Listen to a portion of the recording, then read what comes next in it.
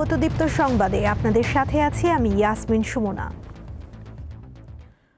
অন্তর্বর্তী সরকারের কোনো কোনো উপদেষ্টা ক্ষমতায় থেকে রাজনৈতিক দল গঠন প্রক্রিয়ায় প্রত্যক্ষ বা পরোক্ষভাবে জড়িত থাকায় জনমনে সংশয় তৈরি করছে বলে মন্তব্য করেছেন বিএনপি মহাসচিব মির্জা ফখরুল ইসলাম আলমগীর। বলেন, এই প্রক্রিয়ায় প্রশাসন যন্ত্রকে ব্যবহার করার নানা প্রকার লক্ষণ ও প্রমাণ ক্রমে প্রকাশ পাচ্ছে, যা দেশ ও গণতন্ত্রের জন্য মোটেই সুখকর নয়। সকালে দেশের চলমান পরিস্থিতি নিয়ে বিএনপির ডাকা সংবাদ সম্মেলনে তিনি এসব কথা বলেন।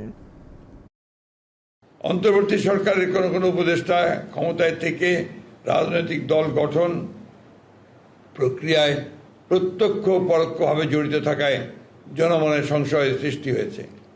এ প্রক্রিয়ায় প্রশাসন যন্ত্রকে ব্যবহার করার নানা প্রকার লক্ষণ ও প্রমাণ ক্রমেই প্রকাশ পাচ্ছে, যা দেশ ও গণতন্ত্রের জন্য মোটেই সুখকর নয়। আগামীকাল দুপুর 2টায় জাতীয় ঐক্যমত্য কমিশনের কাছে সংস্কার প্রস্তাবনা দেবে জাতীয় নাগরিক পার্টি। সকালে বাংলা মোটরে দলের অস্থায়ী কার্যালয়ে এক সংবাদ সম্মেলনে একথা জানান দলটির যুগ্ম আহ্বায়ক সরোয়ার তুষার। একমত নই, আংশিক একমত। তিনটার ক্ষেত্রে আমাদের বিভিন্ন প্রস্তাবের ক্ষেত্রে আমাদের এই অবস্থানগুলো আছে। কোনো কোনো ক্ষেত্রে আমরা পুরোপুরি একমত হয়েছি, কোনো কোনো ক্ষেত্রে আমরা আংশিক একমত হয়েছি এবং কোনো কোনো ক্ষেত্রে আমরা একমত হতে পারি নাই। তো যে সকল ক্ষেত্রে আমরা আংশিক একমত হয়েছি এবং একমত হয়েছি এবং আমাদের কাছে মনে হয়েছে যে আরও কিছু বাড়তি মন্তব্য করা দরকার, সেটা আমরা মন্তব্যের ফর্মে করেছি এবং এর বাইরে আরও বিস্তারিত আকারেও লিখিতভাবে তাদের কাছে করব। চট্টগ্রাম নগরীতে বিএনপির দুই গ্রুপের সংঘর্ষে 2 জন গুলিবিদ্ধ সহ 4 জন আহত হয়েছে। শুক্রবার রাতে নগরের খুলশী থানার কুসুমবাগ এলাকায় এই ঘটনা ঘটে। পুলিশ জানায়, ঈদের শুভেচ্ছা জানিয়ে ব্যানার টাঙানোকে কেন্দ্র করে বিএনপি নেতা শাহ আলম ও ছাত্রদল নেতা শরীফুল ইসলাম তুহিনের অনুসারীদের মধ্যে সংঘর্ষের ঘটনা ঘটে। এতে 2 জন গুলিবিদ্ধ হয়েছে, আহত হয়েছে আরও 2 জন। পরে পুলিশ খবর পেয়ে ঘটনাস্থলে পৌঁছে পরিস্থিতি নিয়ন্ত্রণে আনে। এদিকে ঘটনার পর খুলশী থানার ওসি মুজিবুর রহমানকে স্ট্যান্ড রিলিজের আদেশ দিয়েছেন সিএমপি কমিশনার হাসিব আজিজ। কোতোয়ালি থানার পরিদর্শক আফতাব হোসেনকে খুলশী থানার ওসি হিসেবে যোগদানের নির্দেশ দেওয়া হয়েছে।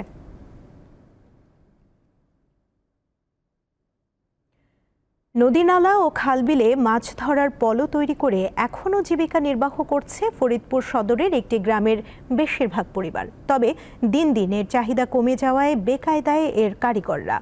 পলো তৈরির কারণে বোকাইল গ্রামটি পলোডাঙ্গি নামে পরিচিতি পেয়েছে। নদীমাতৃক বাংলাদেশে একসময় মাছ ধরতে পলোর ব্যাপক ব্যবহার ছিল। দেশের প্রায় সর্বত্র চোখে পড়ত মাছ ধরার দৃশ্য। এখন অবশ্য এতে অনেকটাই ভাটা পড়েছে।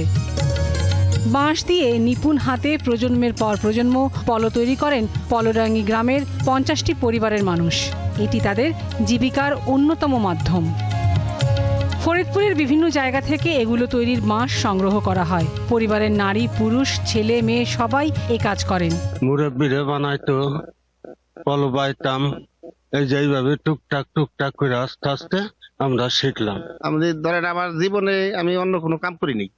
আমি ওই সাইডেই আমার বাপ দাদারা এই পলো টলো বানতো, ওই তাদের কাছ থেকে কিছু কিছু করে শিখছি। পলো বানানোর জন্য শোলা চাষি 100 হলালি 10 টাকা পাই, 10টা পলো হলা চাষতে পারি। নানা কারণে গত 1 দশকে পলোডাঙ্গি গ্রামের বেশ কয়েকটি পরিবার পলো তৈরির পেশা ছেড়ে দিয়েছে বলে জানান স্থানীয়রা। আমাদের এই গ্রামে 70 থেকে 80 ঘর লোক পলো বান্ধে।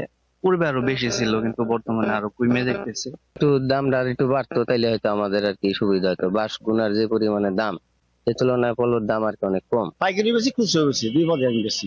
এই কুটির শিল্প বাঁচাতে ঋণ সুবিধা দেওয়া হচ্ছে বলে জানায় বিসিক। পলো শিল্পটা আসলে আমাদের মানে ঐতিহ্যকে ধরে রাখছে, যেটা এখন প্রায় বিলুপ্তির পথে। তো আমরা চাচ্ছি শিল্পটা যাতে আরো সম্প্রসারণ হয়, এটা যাতে বাংলার ঐতিহ্য হিসাবে থেকে যায়, এটা যাতে না হারিয়ে যায়। সেজন্য আমরা বিসিক জেলা কার্যালয় ফরিদপুর থেকে ঋণ সহায়তা প্রদান করছি।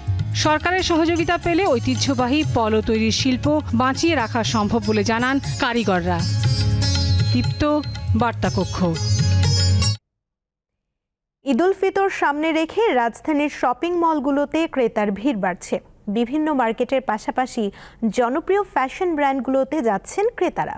ঈদ যত ঘনিয়ে আসবে বেচাকেনা আরও বাড়বে বলে প্রত্যাশা ব্যবসায়ীদের।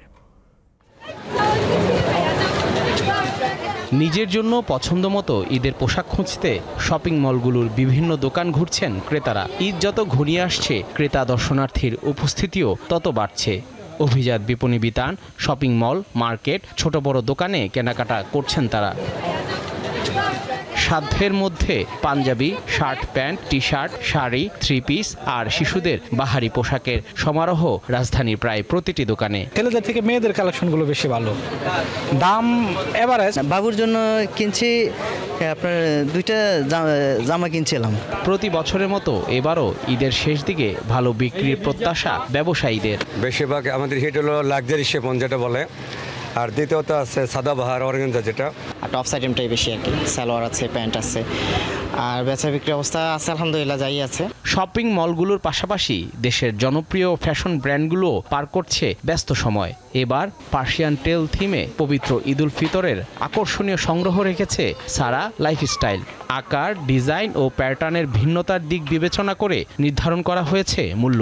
সারার কালেকশন সবসময় ভালো, নতুন নতুন ডিজাইন আসে, তো দেখতেছি যেটা ভালো লাগে সেটাই নেব।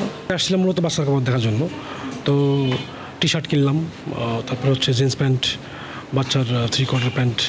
আলহামদুলিল্লাহ এবার আমাদের বিক্রিগুলো অনেক ভালো যাচ্ছে। আমাদের এবার ঈদের জন্য অনেক ভালো ভালো পাঞ্জাবি এসেছে, পরে টি শার্ট আসছে, পোলো টি শার্ট আসছে, লেডিসের অনেক ভালো ভালো থ্রি পিস আসছে। এবারের সংগ্রহে এই ব্র্যান্ডে সব বয়সীদের জন্য থাকছে আরামদায়ক পোশাক সহ পার্টি ও ফেস্টিভ লুকের দারুণ সব আউটফিট। জহিরুল মোহসান, দীপ্ত সংবাদ, ঢাকা। বিদ্যুৎ বিভ্রাটের কারণে লন্ডনের ব্যস্ততম হিথ্রো বিমানবন্দর শুক্রবার দিনভর বন্ধ থাকার পর রাত থেকে সীমিত পরিসরে বিমান চলাচল শুরু হয়েছে। শনিবার থেকে সম্পূর্ণ পরিষেবা চালু হবে বলে জানিয়েছে বিমানবন্দর কর্তৃপক্ষ।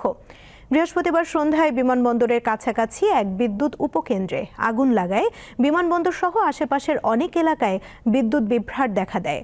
শুক্রবার জুড়ে ফ্লাইট বন্ধ থাকায় প্রায় 2 লাখ যাত্রী ক্ষতিগ্রস্ত হন। হাজারের বেশি ফ্লাইট বাতিল হওয়ায় ব্যাপক ভোগান্তির মুখে পড়েন যাত্রীরা। পরে শুক্রবার সকাল 8টা নাগাদ আগুন নিয়ন্ত্রণে আসে এবং বেলা 2টার দিকে বিমানবন্দরে আংশিক বিদ্যুৎ সরবরাহ চালু করা হয়। এদিকে ওই বিদ্যুৎ উপকেন্দ্রটিতে কিভাবে আগুন লেগেছে তা তাৎক্ষণিকভাবে জানা যায়নি। লন্ডন পুলিশের একজন মুখপাত্র জানিয়েছেন, আগুন লাগার ঘটনায় তদন্ত শুরু হয়েছে, তবে আপাতত নাশকতার কোনো ইঙ্গিত পাওয়া যায়নি। এশিয়ান কাপ বাছাইয়ে 25 মার্চ ভারতের বিপক্ষে ম্যাচকে সামনে রেখে শিলংয়ে শুক্রবার প্রথম অনুশীলন করে হ্যাভিয়ার ক্যাব্রেরার শিষ্যরা। তবে প্রথম অনুশীলন শেষে মাঠ নিয়ে অসন্তোষ প্রকাশ করেছেন বাংলাদেশ কোচ। ভারত ম্যাচকে সামনে রেখে এর আগে সৌদি আরবে 2 সপ্তাহ অনুশীলন করে বাংলাদেশ দল। তায়েফের মাঠ বাংলাদেশের খেলোয়াড় কোচদের কাছে ছিল বিশ্বমানের। সেখান থেকে এসে ভারতে খেলতে সমস্যায় পড়তে হয়েছে দলকে। 25 মার্চ ভারতের শিলংয়ে জওহরলাল স্টেডিয়ামের ম্যাচ হবে। ওই স্টেডিয়ামের মাঠ আবার টার্ফের, যেখানে খেলার খুব একটা অভ্যেস নেই বেঙ্গল টাইগারদের। তারপরও খেলোয়াড়দের আত্মবিশ্বাসের প্রতি আস্থা রাখছেন কোচ।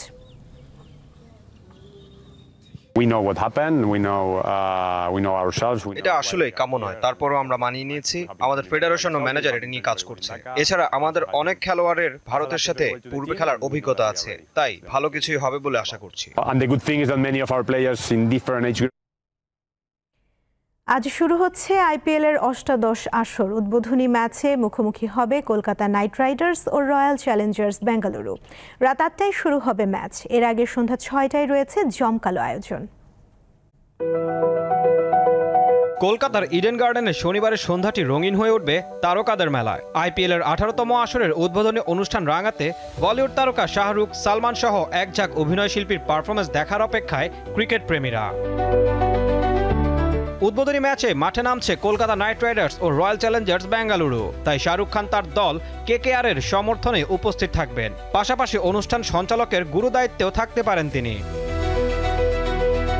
অন্যদিকে সালমান খান উপস্থিত হবেন তার সিনেমা সিকান্দারের প্রচার চালাতে। এছাড়া ক্যাটরিনা কাইফ, অনন্যা পান্ডে, মাধুরী দীক্ষিত, জাহ্নবী কাপুর, কারিনা কাপুর, আয়ুষ্মান খুরানা, সারা আলী খানও উপস্থিত থাকার কথা রয়েছে। থাকতে পারেন প্রিয়াঙ্কা চোপড়া, ভিকি কৌশল, শ্রদ্ধা কাপুর ও সঞ্জয় দত্ত। যুক্তরাষ্ট্রের পপ ব্যান্ড ওয়ান রিপাবলিকের পারফর্ম করার কথা রয়েছে ইডেন গার্ডেনে। করণ অওজলা ও দিশা পাটানির সাথে পারফর্ম করবে ব্যান্ডটি। অনেক বড় বড় খেলোয়াড়ও উপস্থিত থাকবেন অনুষ্ঠানে। আইপিএল এর উদ্বোধনী অনুষ্ঠানে কণ্ঠের জাদুতে মঞ্চ মাতাবেন অরিজিৎ সিং, শ্রেয়া ঘোষালের মতো তারকারা। এবারের আসরের দলগুলো হলো Gujarat Titans, Kolkata Knight Riders, Lucknow Super Giants, Chennai Super Kings, Delhi Capitals, Mumbai Indians, Punjab Kings, Rajasthan Royals, Royal Challengers Bengaluru ও সানরাইজার্স হায়দ্রাবাদ। টুর্নামেন্টে মোট ৭৪টি ম্যাচ হবে ১৩টি ভেন্যুতে। ২৫ মে ইডেন গার্ডেনেই হবে IPL ২০২৫-এর গ্র্যান্ড ফাইনাল। ঈশান হাসান, দীপ্ত স্পোর্টস। না ফেরার দেশে পাড়ি জমালেন কিংবদন্তি heavyweight boxing champion George foreman. তার বয়স হয়েছিল ৭৬ বছর। বিষয়টি নিশ্চিত করেছে তার পরিবার। ফোরম্যান, যিনি রিংয়ে বিগ জর্জ নামে পরিচিত, ৬০-এর দশক থেকে শুরু হয় তার বক্সিংয়ে পদযাত্রা।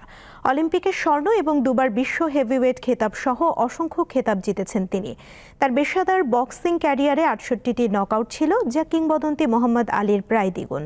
ফোরম্যান ১৯৭৩ সালে তার প্রথম বিশ্ব হেভিওয়েট চ্যাম্পিয়নশিপ জিতেছিলেন এবং ১৯৯৪ সালে ৪৫ বছর বয়সে জিতেছিলেন দ্বিতীয়টি। ১৯৯৭ সালে তিনি খেলা থেকে অবসর নেন।